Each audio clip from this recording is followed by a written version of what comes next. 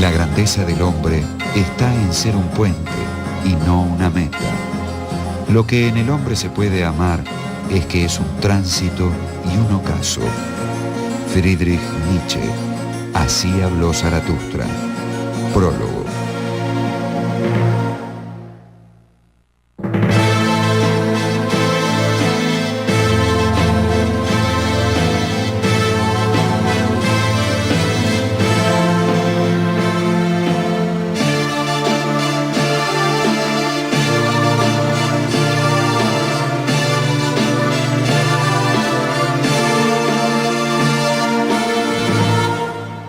Friedrich Nietzsche.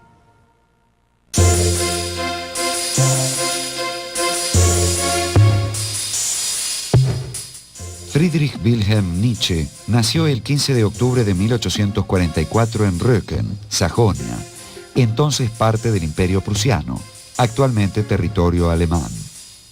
Su padre era un pastor luterano y murió cuando Friedrich tenía solo 5 años de edad. El niño se crió en la casa de su abuela, en Naumberg, con su madre, su hermana y 2 tías. Hasta 1858 estudió en el gimnasium local y luego continuó su formación académica en el famoso internado de Pforta. Él es criado en una atmósfera, digamos, religiosa, y como hay una larga tradición en la familia, él es destinado a la carrera eclesiástica. Por eso, después de su educación en Schulpforta y en cuando comienza la universidad, hace un primer año de teología. Pero después de ese primer año, abandona la carrera de teología porque se da cuenta que no es su vocación y decide dedicarse a la filología. Bueno, era un alumno tan brillante que se lo designa profesor en Basilea, su maestro Ritschl, que era un poco su tutor, hace que se lo designe profesor en Basilea sin haber terminado él su carrera, digamos, ¿no? Después de la carrera de filología, su primera inscripción a nivel académico como docente es en la Universidad de Basilea, donde es nombrado con la edad de 24 años, siendo muy joven entonces, es nombrado profesor de filología clásica. Allí está trabajando como docente durante 10 años y a los 34 años se tiene que jubilar por problemas de salud.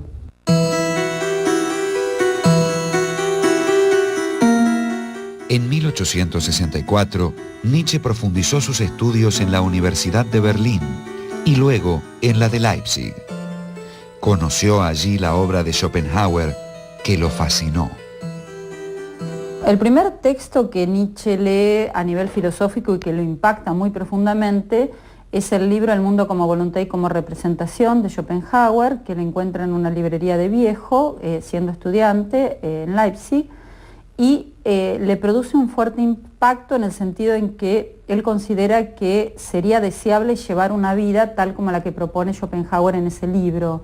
En ese libro Schopenhauer es un autor pesimista en donde ve el mundo como un constante tránsito por el dolor y el hastío, es decir, constantemente estamos tendiendo a lograr determinados objetivos para lograr nuestro placer, pero el logro de nuestro placer nos lleva al hastío, ¿no? Entonces hay un constante movimiento de péndulo entre el deseo del placer y el hastío que provoca.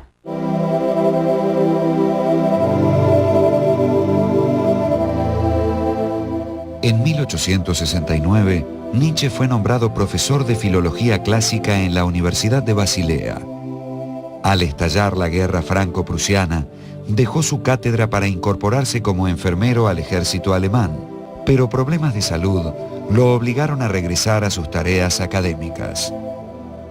Nietzsche tiene desde muy pequeño múltiples problemas de salud, digamos, indefinidos, ¿no? Es decir, cuando él estaba en la escuela, en Schulpforta, existen registros de sus entradas en el servicio de enfermería. Y, digamos, esos registros cuentan cuestiones muy diversas, por ejemplo, por problemas de dolores de cabeza, por cuestiones de dolores estomacales, por sus problemas de miopía, Es decir, continuamente Nietzsche está enfermo, ¿no? Esa enfermedad de Nietzsche es un elemento muy importante dentro de su filosofía, porque él atribuye buena parte de su pensamiento y de la elaboración de su filosofía afirmativa al hecho del intento de superar la enfermedad. En Basilea, Nietzsche conoció al compositor Richard Wagner, a quien admiraba, y que constituyó una influencia sobre él casi tan grande como la ejercida por Schopenhauer. Wagner representaba para el joven Nietzsche la renovación de la cultura alemana a través de su concepción del arte total y del ejemplo de sus altisonantes dramas musicales.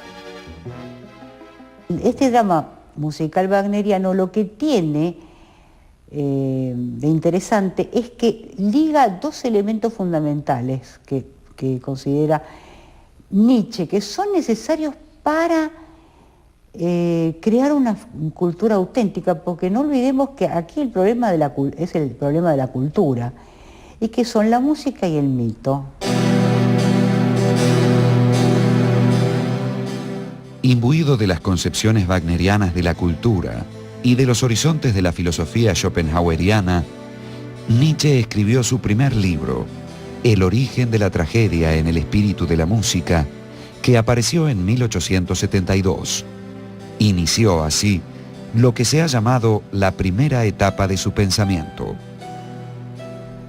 De esta etapa de su producción, que va, digamos, entre 1870 y 1876, evidentemente el producto más importante es El nacimiento de la tragedia, ¿no?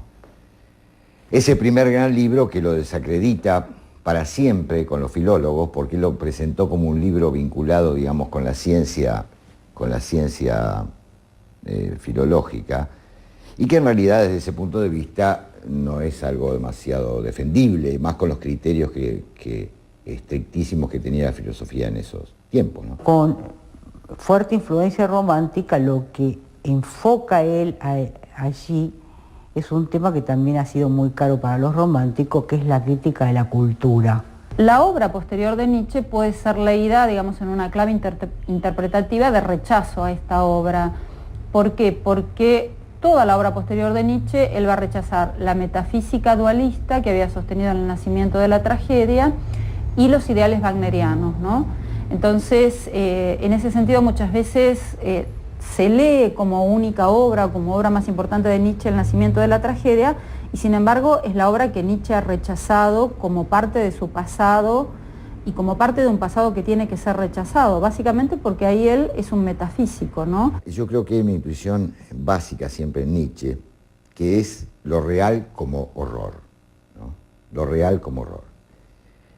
Y la permanente tendencia de él, o desafío, de mirar de frente este horror sin demasiadas ilusiones.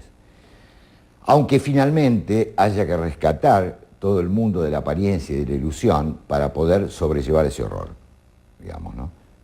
En general se suele sintetizar la filosofía de Nietzsche en 4 grandes temas que pertenecen ya a su pensamiento maduro, podemos decir así, o sea, finales de la Gaia Ciencia, comienzos del Zaratustra.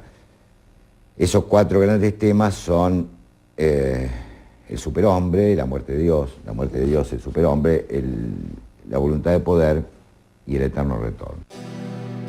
Entre 1873 y 1876, Nietzsche publicó 4 ensayos que luego reunió bajo el título de Consideraciones intempestivas. Esta obra marca la transición hacia lo que sería su segunda etapa. Ahí, en las consideraciones intempestivas, lo que hace Nietzsche es hacer la crítica a la cultura alemana especialmente, pero por extensión podría entenderse la cultura moderna, la cultura europea, aunque en algunos casos es más específico sobre la alemana. ¿Qué es lo que le critica a esta cultura? Un poco dentro de la misma tónica romántica, digamos, esa la razón analítica que diseca, que mata, que que no tiene, que es estéril, que no puede crear nada, dice Nietzsche.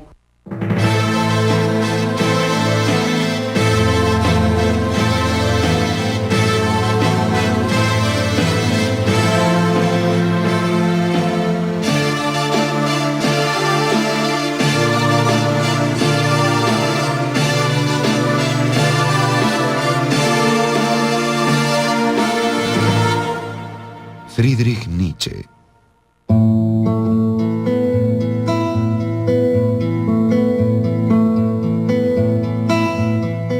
La segunda etapa del pensamiento nietzscheano abarca desde 1878 hasta 1881. Comprende Humano, demasiado humano, Aurora, y llega hasta esa obra de transición que fue La Gaya Ciencia, publicada en 1882. Para ese entonces, Nietzsche ya se había jubilado como docente universitario. En una segunda etapa, que es la etapa ilustrada de él en realidad considera que se entregó demasiado rápidamente a la ilusión artística, esto es, al romanticismo wagneriano. Le empieza a repugnar además todo el arte romántico. Es la época que además él empieza a tener un interés muy grande por la pintura impresionista y por Baudelaire, digamos, ¿no? Por la literatura impresionista también, ¿no? En lo cual culmina, esta etapa culmina en la Gaya Ciencia, en la ciencia alegre, ¿no? Donde él, en la ciencia alegre, da por finalizado toda esta relación, si se quiere, patética, digamos, porque empieza a ver el romanticismo como una cosa patética, en el peor sentido, ¿no? Aquí en la segunda etapa, que es absolutamente iluminista, cientificista y positivista, él reconoce, ya al fin de Humano, demasiado humano, reconoce que es necesario tener dos cabezas, una para lo racional, la verdad fría, etcétera, y otra que caliente, ¿no? Con las pasiones, etcétera, que sería la que corresponde a la religión y al arte. Él había en realidad privilegiado totalmente al arte. Entonces, en estas obras él suspende esta función redentora del arte, digamos, ¿no? Esta potencia propia del arte de redimirnos de la verdad a través de la belleza. Y se propone, suspendiendo esto, ir más a fondo, ¿no? Demorarse en el horror, demorarse en la verdad, ¿no? ¿Y cuál es el instrumento que encuentra él? La ciencia. Además, por eso mismo profundiza sus estudios de física, de química, de biología, etcétera, digamos, ¿no? La publicación de Humano, demasiado humano significa, en cierto modo, la declaración de guerra de Nietzsche con respecto a todo su pensamiento anterior. Digo, significa la declaración de guerra porque Nietzsche ya había transformado su pensamiento desde 1872, o sea, después de la publicación del Nacimiento de la Tragedia. Hay un texto que no se publicó en ese momento, que es sobre la verdad y la mentira en sentido extramoral, en donde ya Nietzsche expresa un giro en su pensamiento, ¿no? Este giro sobre todo tiene que ver con romper con el mundo metafísico dualista que sostenía en el Nacimiento de la Tragedia. Hace una crítica demoledora que centra sobre todo, más que en la religión y en la metafísica y en el arte, la centra sobre todo en la moral. En estos años, Nietzsche conoció a Lou Andrea von Salomé, que sería el gran amor de su vida. Junto con un amigo común, Paul Rée, deciden vivir juntos en una especie de comunidad de afectos y afinidades intelectuales y artísticas. El experimento duró casi un año. Finalmente, tanto Nietzsche como Rée solicitaron matrimonio a la joven, con lo que terminó la convivencia. Los tres deciden irse a vivir juntos y formar lo que Lou llamaba la comunidad más allá del bien y del mal, que ese es un ideal que ella siempre había tenido, por lo que dicen sus obras, de poder estar en una relación con hombres, en una relación puramente amistosa, en la cual se compartieran lecturas, escritos, etcétera. Que es de hecho lo que hicieron ellos tres durante el tiempo que convivieron juntos. Nietzsche le propuso a Lou casamiento un par de veces, Rée por su lado también, no aceptó a ninguno de los dos, era una gran histérica Lou Salomé, más allá de sus méritos, ¿no? En ese momento una joven de 20 años que después fue amante de Rilke y trabajó con Freud, ¿no? Finalmente. Y está su libro, que no es para nada un mal libro, digamos, ¿no? Escrito ahí por 1896, donde se ve que conocía profundamente el pensamiento de Nietzsche, ¿no? Una intelectual valiosa. En La Galla Ciencia, Nietzsche comenzó a perfilar la tercera etapa de su pensamiento, la que se ha llamado su etapa afirmativa, y que encontró su más alta expresión en su obra Así habló Zaratustra, publicada entre 1883 y 1885. Sus obras críticas de la etapa anterior lo habían conducido al descubrimiento del agotamiento de la civilización occidental judeo-cristiana, que se resumía en la expresión Dios ha muerto. Él empieza, ¿no es cierto?, el libro 3 de La Galla Ciencia, donde por primera vez habla de la muerte de Dios. Porque la muerte de Dios es lo que resume de alguna manera, condensa, ¿no es cierto?, el final de la metafísica, el final de la religión desde ya, de la moral que se prolonga, no obstante, como crepúsculo, digamos, de todo esto, del arte, también muerte del arte, tema que hay que pensar, ¿no es cierto?, por lo menos del arte romántico. Y Nietzsche, en la expresión Dios ha muerto, quiere referirse al modo en que los grandes valores de Occidente se van deconstruyendo a sí mismos. Es decir, por grandes valores de Occidente entendemos la verdad, la belleza, el orden del mundo, el sistema. Entonces, con esa expresión Dios ha muerto, él quiere decir que las grandes totalidades, los grandes ideales, el fundamento de la moral, el fundamento del lenguaje, ya no tienen sentido, ya nadie cree en ellos, y sin embargo siguen operando y siguen ejerciendo una suerte de dominio sobre los hombres. Nietzsche no es nihilista, a veces Nietzsche no es nihilista. Nietzsche descubre, y con mucha nostalgia al principio en Humano demasiado humano, que ese mundo de la tradición, metafísica, moral, artística, religiosa, está acabado. Por eso va como el loco a la plaza, ¿no es cierto?, con el farol en pleno día, y dice, busco a Dios, Dios ha muerto. Y todos se le ríen, por supuesto, y él dice, me doy cuenta que mis contemporáneos no están preparados para este acontecimiento. Pero hasta hay las preguntas que él hace, ¿no? Una que es maravillosa, la pregunta que él hace, ¿quién nos ha borrado con la esponja todo el horizonte? La muerte de Dios es en realidad eso, es la pérdida de un horizonte. Por eso el filósofo posterior a la muerte de Dios tiene que ser un vagabundo, porque es un errante, digamos, porque ya no tiene lugar, no tiene lugar de arraigo. Esto quiere decir de otra manera, no hay más fundamento. Pero al mismo tiempo, esta cuestión de que todo, ya no existe nada, de que todo se ha borrado, que se ha oscurecido el sol, también dice, nos da la oportunidad de lanzarnos a nuevos mares. Empiezan a aparecer las imágenes del mar, de los aventureros, de los navegantes que se lanzan a mares desconocidos, que son muy de esta época, ¿no es cierto?, estas metáforas.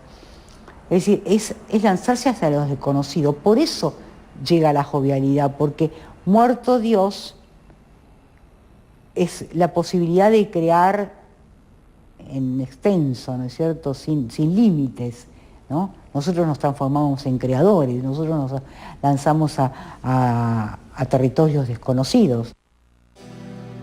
En Así habló Zaratustra aparecen los temas característicos de la tercera etapa del pensamiento de Nietzsche: la voluntad de poder, el superhombre y el eterno retorno de lo mismo.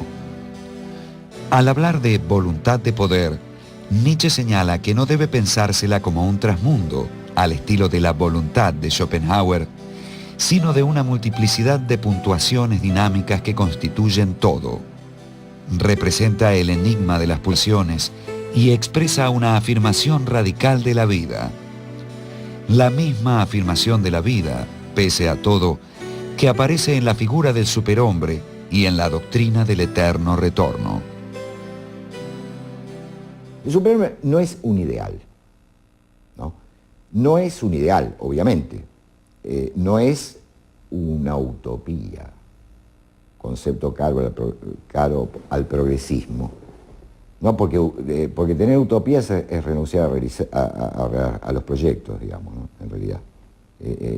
Para Nietzsche la utopía es propia de los impotentes, digamos, ¿no? Y en el fondo seguir soñando con un trasmundo. Y en el fondo seguir desacreditando este mundo, porque en la medida que nosotros planteamos un mundo mejor que este, estamos desacreditando este mundo y estamos en el nihilismo. Por eso la filosofía de la afirmación de Zaratustra, por eso aquello que dice Nietzsche, que en un esfuerzo supremo tenemos que decirle sí a todo, incluso a aquello que nos destruye.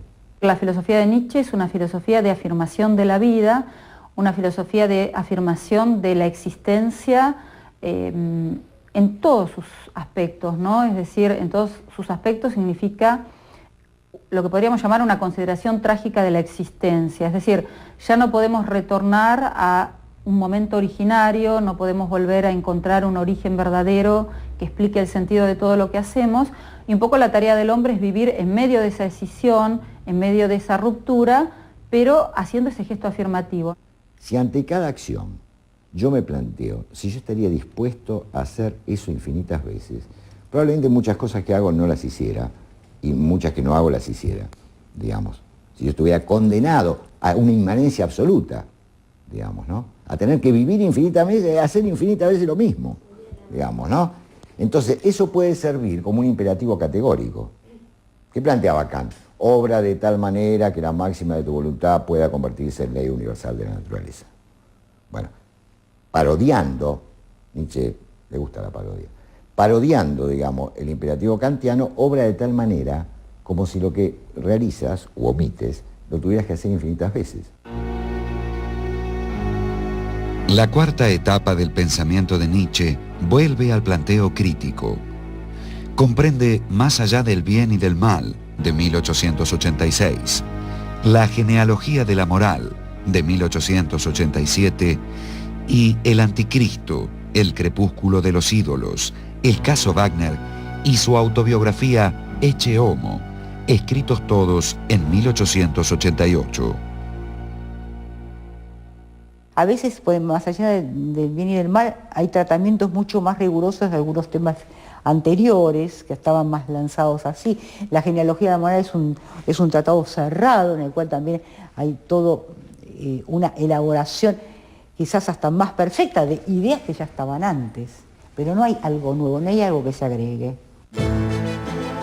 En 1889, Nietzsche sufrió un colapso, aparentemente debido a una sífilis, y debió ser internado con daño cerebral irreversible y parálisis general progresiva. Luego fue llevado a casa de su madre, donde fue cuidado por ella y por su hermana Elizabeth, hasta su muerte en 1900. Fue Elizabeth la que, con gran espíritu comercial, alimentó el culto a Nietzsche. También organizó la edición de sus fragmentos póstumos.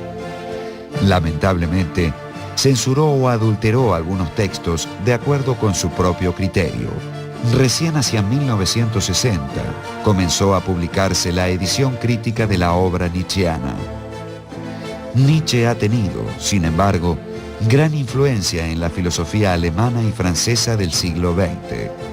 Ha cerrado la historia de la metafísica europea y ha anunciado el destino de los próximos siglos, la difícil tarea de la superación del nihilismo.